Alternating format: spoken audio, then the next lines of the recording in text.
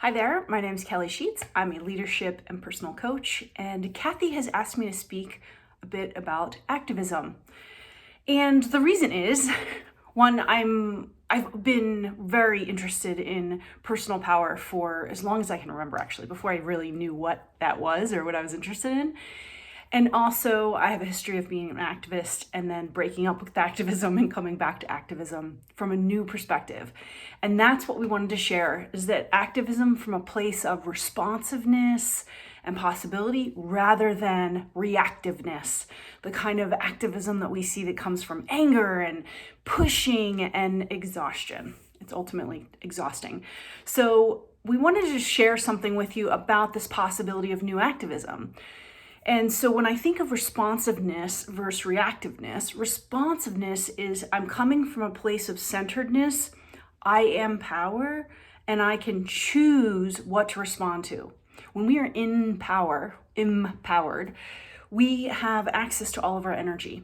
So basically it's this, instead of being distracted and diluted by all of this external stuff, hoping that if the world is okay, then we will be okay. It's a place of knowing that this inside is okay regardless of what happens outside, and then we can choose to respond where we want and when we want. So we are more in control, if there's such a thing, but in control of our energy resources, our power. When we are reactive, basically all these external things are poking us and our fears getting worked up, and we are reacting rather than, and that's a disempowered state. So even though it feels like we're doing something, we are actually not doing the most powerful, most effective things because we're in reaction. So we want to move from a place of responsiveness. This is great leadership. This is great partnership. This makes great parents and lovers and friends and community members, people that are empowered so that they're choosing wisely what to do with their energy. And the thing I've learned about that, because I was into activism when I was young, and it just felt like I was so righteous and angry. I was so afraid that the world was not going to be okay if all the big trees were cut down, or the environment, and some of that may be true, but the environment wasn't okay, or I was a feminist, I was a tree hugger, all these things that nowadays we do. There's been lots of marketing campaigns against those things to make us look like crazy people, but I was righteous and people couldn't hear me because when I was disempowered, I was just fearful and angry and pushing and demanding that people think the way I think, and I wanted them to do something different. But when you're the recipient of that energy, it's all that happens is we defend against it. We cannot hear. It doesn't matter if you're telling me the best thing ever, the most beneficial thing for myself. It doesn't matter. I can't hear you because I am busy defending energetically against you. So this is where we get the polarities of the push, push, push against one another, and it gets stronger and stronger because one pushes and then the other pushes back. So resistance, when I hear about resisting something, I always think that's disempowerment. We should not be using our precious, amazing resources to push against someone.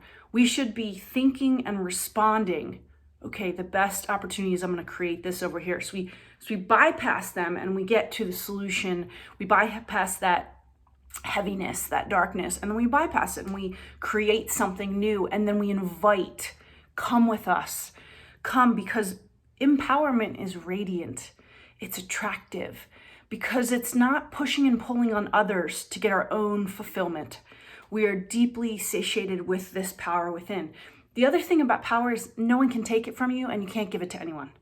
It just is. I am power. You are power. The only way that we quote unquote give it away or they take it from us is if we agree to go up into our head and we get all diluted and it's all external. But the internal practice is that things can be happening outside of me that might seem really terrible. But if I'm empowered, then I'm not reacting and I pause and I choose what's the best action. What's the action that's aligned with my intent? The most loving, kind, powerful, what's going to make the most impact? And then we focus our energy towards that. So my history of activism, I broke up with activism. I was like, I don't want to feel like that. It felt terrible to be in fear, and fear is contagious. So if we're doing activism from a state of fear and reactivity, we're tapping everyone else's fear. We're spreading fear. And I know that if you're watching this, you don't really want to do that, because what you're doing is you're trying to stop the fear. So it's like you need to be the solution. You need to be the empowered person so that you can respond and give people, just by your nature of being, another choice.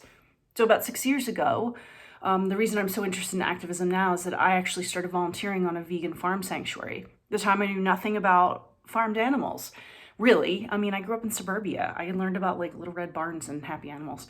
And when I learned the truth of factory farming, I realized I just started being the change. I became vegan. I became transparent about what was going on, but I didn't push anyone. I shared the stories of these animals, and I started watching something unintentionally at the time.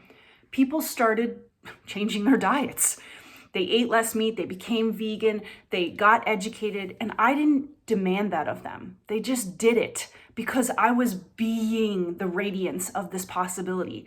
I felt more self-appreciation for the choices I was making. I was, I really liked myself for making choices that were beneficial for other beings, right? And so there was something about that empowerment that really lit other people up. And then now, because I saw that, I can be more specific with my actions. I can choose what I want to do that I see that will make the most impact, like through community education and events where we educate and help and activate. And we don't hide the truth. It's not like we pretend there's not the horrors happening, but we don't lead with that. We don't trigger people's fear. It's not like I want them to be so afraid that they should be ashamed and change. That's not how change happens. So this kind of pushing against people only pushes them away. But when we radiate it out and we are so clear, this is where we're going, and we're not going to let these external things distract us and dilute us, we will stay focused, and that power is lasered into where we're going. So this is the possibility for what I kind of call responsive activism. It's that we don't generate more fear in others. We actually sidestep that and generate more possibility, if you want to call it more love, more connection, more lightness, rather than pushing people, stoking their fear, shaming them, and then hoping they're going to come to your side. That doesn't really work, and it's exhausting. Activism from an empowered place isn't exhausting because my energy resources are at my disposal. I respond. Reaction is exhausting. And so you burn out and you feel like you just ran around screaming and doing all this stuff and you didn't get the result you wanted. So here's the consideration. There's a new way, which is not new. It's very old. There's been great leaders who have used this in the past. So I invite you in to consider this as a way to be an activist, to be in power first. You be the power that begins to radiate out and the ripple effect of change, the possibility that's there. So you can always reach out if you have more questions. I am passionate about this. I have studied it and played with it a lot, experimented. I don't have all the answers, but this is something I'm really in love with, and I would love more of us, particularly at this time in history, to be able to be more powered and not see us reactionary and disempowered. So thank you, and I hope you have a wonderful day.